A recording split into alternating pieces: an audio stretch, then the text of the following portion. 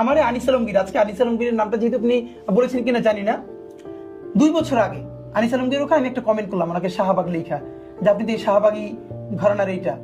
সে উঠে আমার রিপ্লাই দিল, হ্যাঁ আমি গর্বিত শাহবাগী, আমার কাছে এখন স্ক্রিনশট আছে। আনিস আলমগীর সাহেব এত বড় কথা বলেন না, ওনার সাথে আমার রুচিতে গুলেন, আমার অনেকগুলো টক সাথে দাওয়াত দিচ্ছে, আমি ওনার সাথে কখনো যাই না, না যাই না। ন্যূনতম একটা রুচি রক্ষা করতে হবে আমি বলেছি না, আমি ওনার সাথে যাবো না। উনি আমাকে বলতেছে গর্বিত শাহবাগী উনি। তখন আমাকে জিজ্ঞেস করতেছে আপনি শিবিরের কোন পোস্টের? আমি রিপ্লাই কি দিয়েছিলাম জানেন? আমি শিবিরের শাহবাগ বিষয়ক সম্পাদক। কারণ শিবিরেরও যখন কেউ বলতে পারে না এই শাহবাগ নিয়ে কথা, বাংলাদেশে যদি শাহবাগকে কেউ রিব্র্যান্ডিং করে, এটা আমরা করেছি। শাহবাগকে জনতার ওই যে এলিট যেই মব ছিল, আবার দেখেন এখন মব আসছে না তো, 100 বছরের মধ্যে রাষ্ট্রীয় স্পন্সরশিপের সব থেকে বড় মব হলো শাহবাগের মব। পুরো বিচার ব্যবস্থা ভেঙে দিয়ে মানুষের দেওয়া হয়েছে। এখন এটা যেহেতু বড় লোক করছে, ইংলিশে লিখছে প্ল্যাকার্ড গুলো, হ্যাঁ বিরিয়ানি খেয়েছে, এটা মব না, এইটা হচ্ছে আন্দোলন, দ্বিতীয় মুক্তিযুদ্ধ।